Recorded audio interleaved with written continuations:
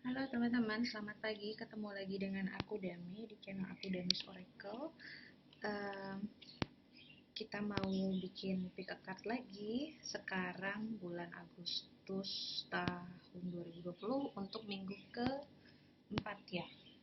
Sudah menjelang bulan September. Sebentar lagi November, Oktober, ganti tahun deh.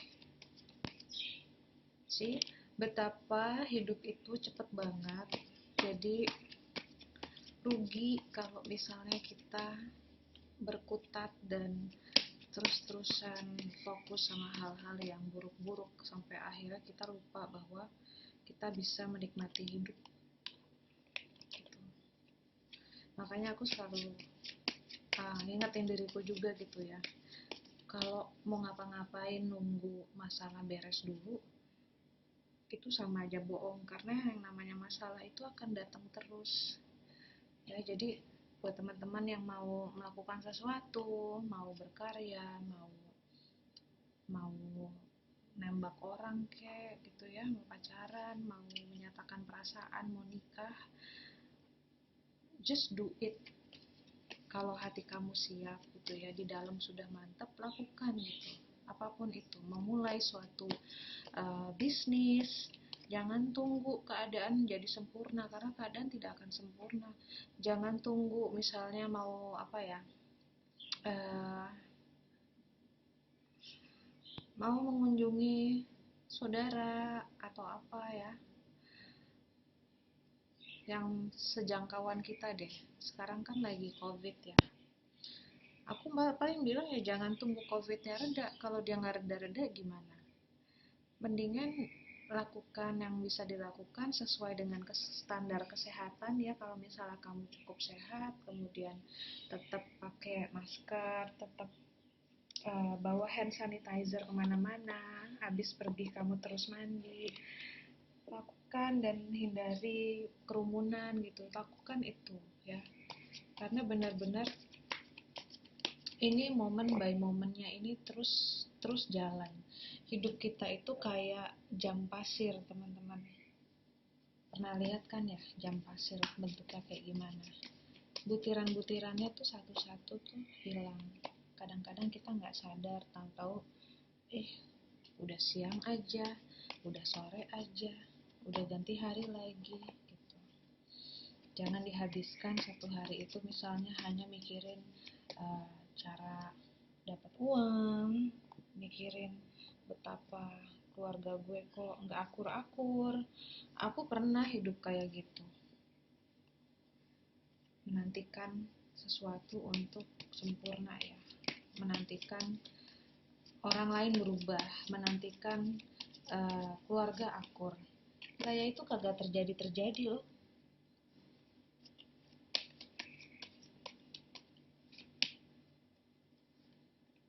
Jadi daripada nungguin, mending live your life to the fullest, mulai dari detik ini, mulai dari selesai uh, baca nonton readingan ini, langsung lakuin apa yang kamu udah lama pengen lakuin. Mau ngegambar kek, mau bikin podcast kek.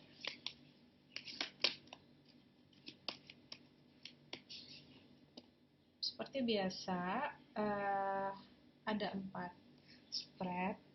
Nomor satunya dari ujung sana, ini nomor 4, silahkan pilih berapapun yang kamu mau, dan tidak memilih juga tidak apa-apa. Just enjoy the ride aja, ikutin pembahasannya, siapa tahu ada pesan yang berguna buat kamu. Oh ya, dan thank you, kemarin aku tidak nyangka banyak sekali responnya ya. Kalau aku ngerasa readingannya biasa aja sih. Ternyata teman-teman banyak yang sharing, banyak yang respon. Oke, aku coba mulai dari sini ya.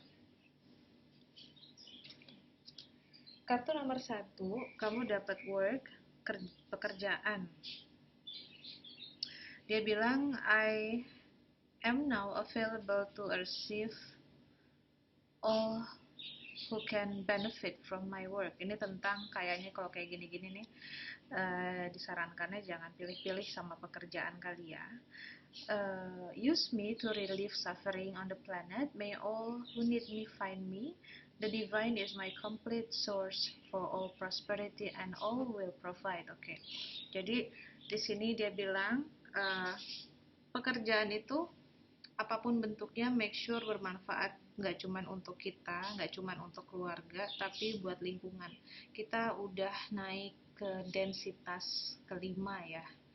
Uh, Bumi ini frekuensinya sudah sangat tinggi. Jadi kayak tadi aku bilang, kita jangan nungguin virus ini berakhir. Karena most likely mungkin yang harus berubah itu kita, bukan virus yang harus hilang. Yang harus berevolusi itu adalah manusianya. Bagaimana kita bisa upgrading cara kita hidup, leveling up ya. Jadi meningkatkan kualitas hidup, cara hidup sehingga virus tersebut tidak lagi berada di atas kita tapi di bawah kita. Ya otomatis hidup harus lebih sehat, harus lebih berkesadaran yang tahu diri lah gitu ya.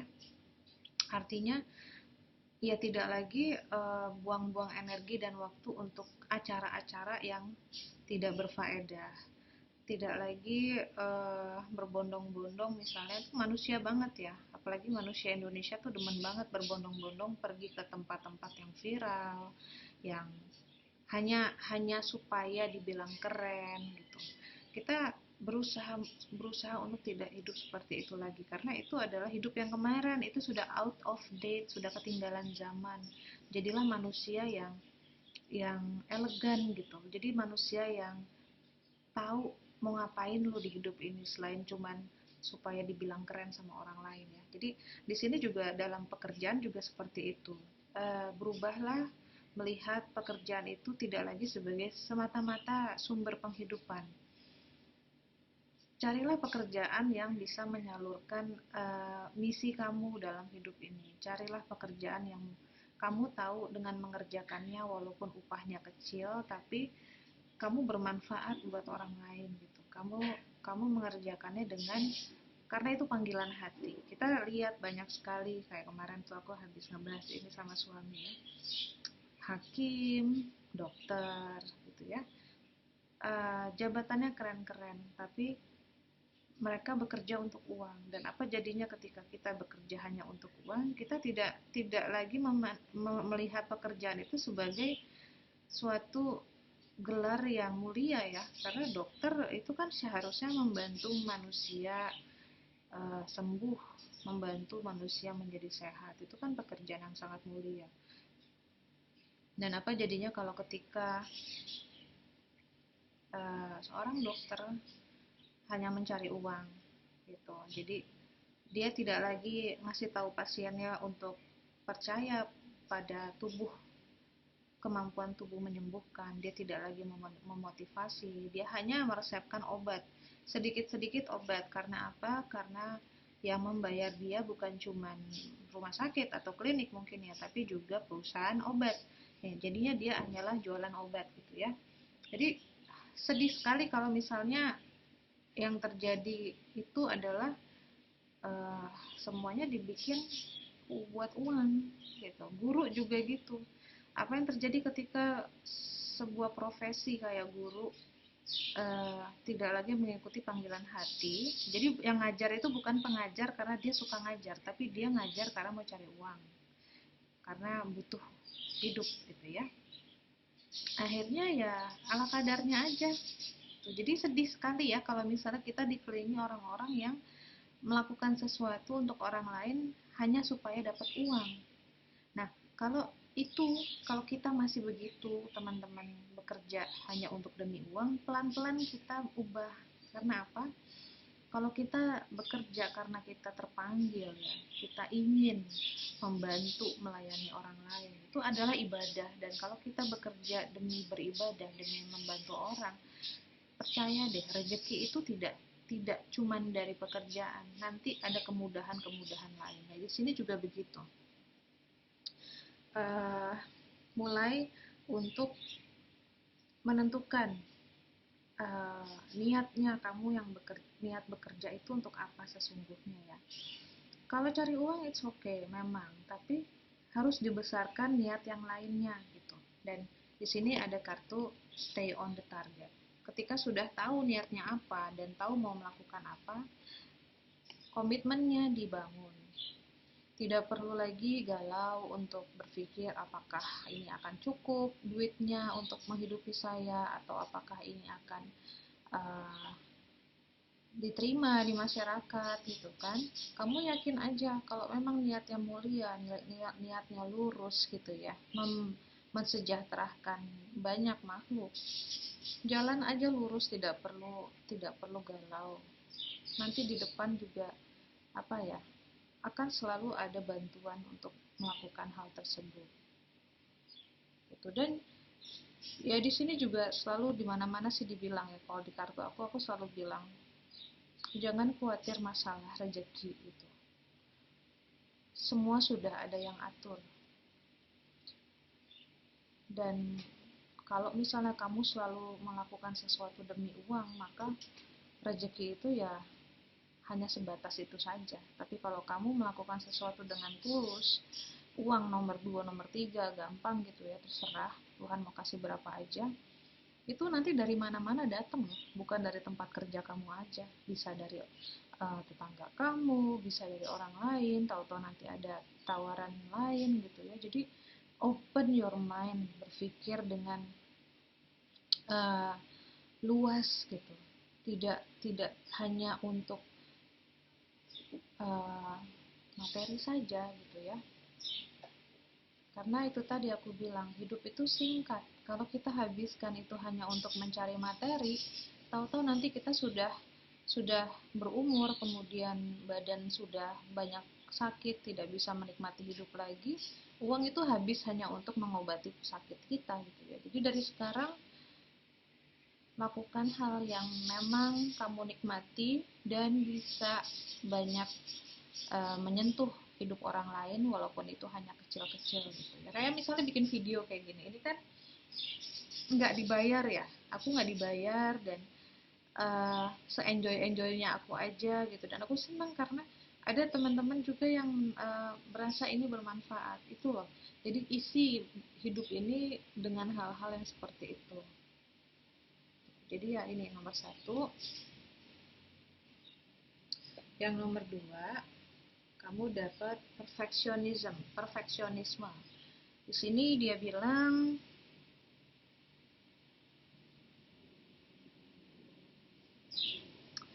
uh, perfeksionisme itu seperti penjara. Karena apa? Karena kamu tidak mengizinkan diri kamu untuk make mistake, tidak mengizinkan diri untuk belajar dan berbuat banyak salah gitu ya. Padahal belajar itu memang itu udah satu paket gitu. Kalau mau belajar harus berani bikin salah. Kalau tidak mau bikin salah, berarti tidak ada pembelajaran yang akan datang gitu ya. Dan kartu ini datang dengan kartu ini datang dengan illumination. Illumination berarti di sini ada pencerahan, ada pembelajaran baru. Jadi teman-teman yang pilih kartu nomor 2, kalau sekarang hidup kayaknya kok ngeraba-raba banget ya, kayak kayak ada perubahan tapi kamu nggak tahu apa yang berubah dari hidup kamu, cuman kayak apa sih, uh, ini kayak masuk ke medan baru gitu, area baru. Misalnya kalau contoh konkretnya, misalnya masuk ke kantor baru ya, kamu jadi pemula lagi, atau ada tawaran mengerjakan sesuatu yang belum pernah kamu kerjain. Nah itu jangan takut, selama kamu mau belajar, eh, kamu akan baik-baik aja. Atau mungkin memulai hubungan baru dengan orang yang baru, berarti kan harus dari nol lagi ya, harus saling mengenal lagi, dan akan banyak uh, perselisihan atau konflik kecil-kecil, itu biasa. Atau yang tadinya mungkin sudah bercerai kemudian ingin menikah, atau yang tadinya pacaran lalu menikah, itu kan jenjang baru yang berarti kamu nggak tahu apa-apa loh. Jangan salah, dari pacaran nih, buat teman-teman yang udah nikah pasti tahu ya, dari pacaran ke pernikahan itu start dari nol lagi. Orangnya mungkin sama, tapi medan pembelajarannya itu benar-benar totally baru. Jadi di sini jangan jangan jaim, jangan perfeksionis, nggak usah nggak usah apa ya, aduh perfeksionisme itu sayang banget sih menurut aku ya. Kalau orang punya sifat kayak gini, dia bisa jadi orang yang sangat close minded gitu. Pikirannya bisa tertutup karena dia selalu ingin semuanya perfect. Dan perfect menurut siapa? Perfect menurut dia. Kalau perfect menurut dia kan berarti dia tidak teachable, tidak bisa diajarin sama orang lain bahwa begini loh, ada cara yang lebih baik, ada cara yang begini gitu. Karena semuanya harus menurut kesempurnaannya yang standarnya dia gitu. Jadi ya, kamu yang pilih nomor 2, jangan takut bikin kesalahan. Karena semuanya kita di dunia ini memang tempat belajar, bukan tempat unjuk gigi. Dunia itu bukan tempat unjuk gigi karena kita semuanya belajar gitu. Kita akan terus jadi murid dan jadi guru at the same time gitu loh. Ya, jadi nggak apa-apa kalau kamu nggak tahu, akuilah tidak tahu dan tanya bagaimana caranya. Karena dengan begitu akan ada pencerahan-pencerahan ini ya. Kalau kamu nggak bikin salah, kamu malah nggak dapat pencerahan. Jadi ini memang paradoks. Segitu seseorang merasa dirinya pintar, di saat itulah dia menjadi bodoh. Tapi ketika kita selalu merasa bahwa diri kita tuh memang tidak tahu apa-apa ya, misalnya, oh ada nih, aku tahu cara baca Oracle. Tapi nanti ketika ada kartu Oracle baru nih misalnya, aku tidak tahu caranya, aku belajar lagi cara membacanya. Terus nanti belajar lagi yang lain gitu. Selalu curious, selalu haus akan uh, knowledge yang bermanfaat gitu ya. Dan dipakai, knowledge itu dipakai bukan untuk dikumpulin tapi diterapkan ke dalam hidup sehingga orang lain pun bisa merasakan manfaatnya ya. Jadi ini masa-masa belajar lagi, uh, bikin kesalahan yang banyak karena dengan begitu kamu akan belajar. Dan kalau salah bukan berarti kamu bego ya. Jangan menilai diri kita itu lemah atau bego ketika kita bikin salah. Ketika kita bikin salah, sadari lalu ya katakan aja sama diri sendiri, oke ini gue catat deh ya, nih gue catat nih, gue nggak boleh lagi nih misalnya punya punya apa namanya, misalnya punya utang lebih dari segini karena gue nggak bisa bayar, atau gue nggak boleh lagi nih makan makanan ini karena ternyata gue alergi. Itu dicatat, itu namanya belajar gitu ya, itu selalu wajar. Ini yang nomor 2. Yang nomor 3,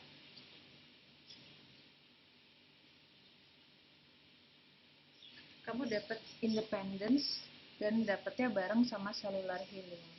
Jadi ini masalahnya dengan inner child ya. Di sini ada luka-luka, luka batin, luka dari masa kecil yang sebenarnya kamu merasa mungkin tidak cukup dicintai sama keluarga, tidak cukup dicintai sama orang tua, sehingga kamu mencari cinta itu dari orang lain atau tempat lain gitu ya. Kamu mencari cinta itu mungkin dari uh, sosok selama ini, mungkin dari pasangan atau dari pekerjaan gitu kan, sehingga ketika sosok tersebut pergi atau pekerjaan itu hilang atau objek lah ya, bisa dari hobi, bisa dari binatang peliharaan. Nah, itu sifatnya semuanya fana ya. Jadi ketika sosok tersebut pergi atau nggak ada, kamu menjadi merasa sangat lemah gitu. Dan ini berpengaruh sama kesehatan.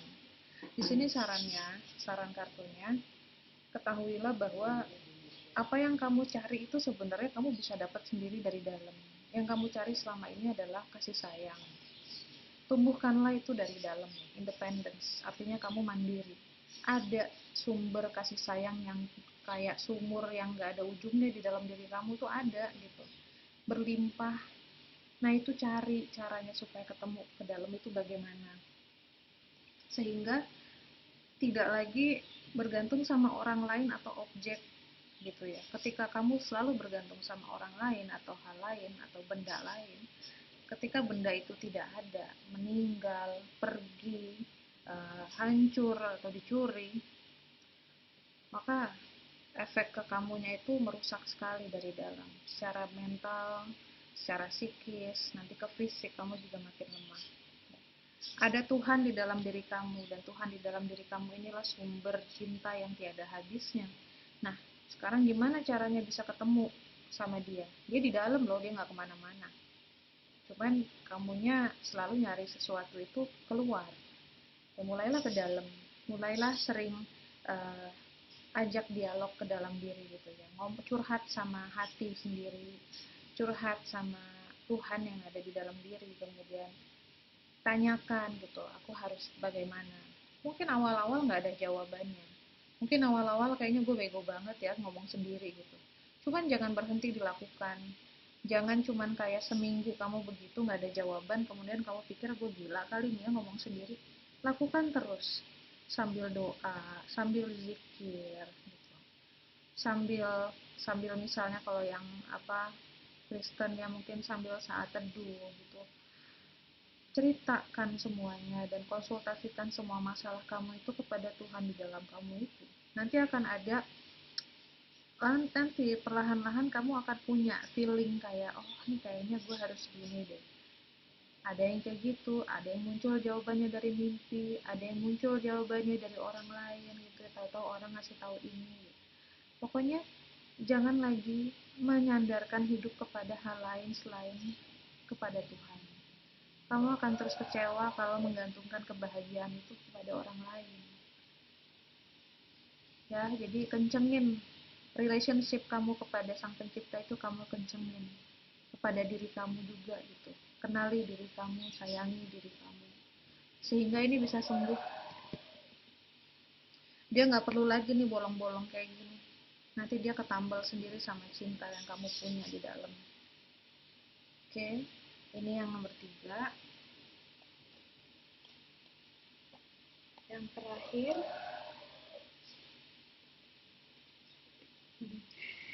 ini dapetnya aging.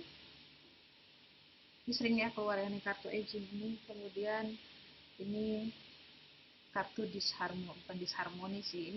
Ini ada sesuatu yang belum harmonis, makanya getarannya kayak gini banget ya. Masih kenceng banget. Ini kan kayak gelombang, tapi belum belum tenang gitu. Ya. Kalau hubungannya dengan proses penuaan, ini wajar karena manusia itu kalau tambah tua atau umurnya berubah-berubah ya, hormon juga akan berubah, dan hormon berubah akan mempengaruhi mood. Sekarang tinggal bagaimana uh, hidup lebih sehat aja, karena mood itu sangat dipengaruhi oleh hormon ya, hormon dipengaruhi oleh asupan makanan. Jadi sudah mulai kurang-kurangin yang sifatnya memang merusak gitu dari awalnya, seperti gula. Kalau bisa hiduplah tanpa gula. Kalau mau manis-manis bisa makan kurma, bisa pakai madu sedikit juga ya, nggak boleh banyak-banyak itu juga. um, Bisa ganti pakai stevia atau makan buah gitu. Jadi benar-benar sama sekali tidak mengkonsumsi gula putih dan tidak makan makanan yang ada di supermarket gitu, yang makanan dalam kemasan itu juga walaupun nggak manis gulanya banyak banget ya. Ini sangat sangat buruk buat hormon. Terus kalau soal yang lain selain umur, ini juga bisa tentang betapa manusia itu sebenarnya potensinya tidak terbatas. Dan umur cuman angka ya. Jadi teman-teman kalau yang sudah mulai merasa kayak gue kan udah di atas 30, udah di atas 40, udah ketuaan lah gue buat hal-hal kayak gitu. Ih, kata siapa? Kalau kamu percaya kamu ketuaan, ya kamu akan tua. Hati-hati loh, hati-hati dalam dalam hal-hal yang kamu yakini, karena itu akan menjadi mantra, itu akan didengar oleh sel-sel tubuhmu dan dia akan nurut gitu ya. Tapi kalau sampai umur 50 kamu masih fit, kamu malah mau mencoba hal baru ya. Biasanya orang-orang tuh perempuan udah 50-an gitu kalau sudah lewat menopause malah kan hormonnya jadi stabil tuh, malah jadi bisa lebih kuat untuk melakukan olahraga baru gitu ya, tapi yang jangan yang rawan injuries gitu. Yang buat cowok-cowok juga seperti itu ya. Jadi um, tidak ada batasan dalam hidup untuk berhenti berkarya. Selama kamu masih bisa bernafas, kamu masih bebas berekspresi, berkaryalah gitu ya. Di sini aku lihat bahwa ini ada perubahan dalam hidup juga. bukan pekerjaan, tapi sifatnya lebih ke perjalanan spiritual, perjalanan pribadi ya, perjalanan batin di dalam. Karena manusia itu kan bertransformasi terus. Jadi bapak-bapak, ibu-ibu yang misalnya sedang memikirkan untuk belajar hal baru, membuat hal baru, belajar misalnya ingin mempelajari eh, budaya baru, bahasa baru, atau sekedar ingin tahu tentang pengkajian-pengkajian alam semesta, sufistik, atau ingin tahu tentang Buddhism, mau belajar yoga, silahkan, tidak ada batasannya.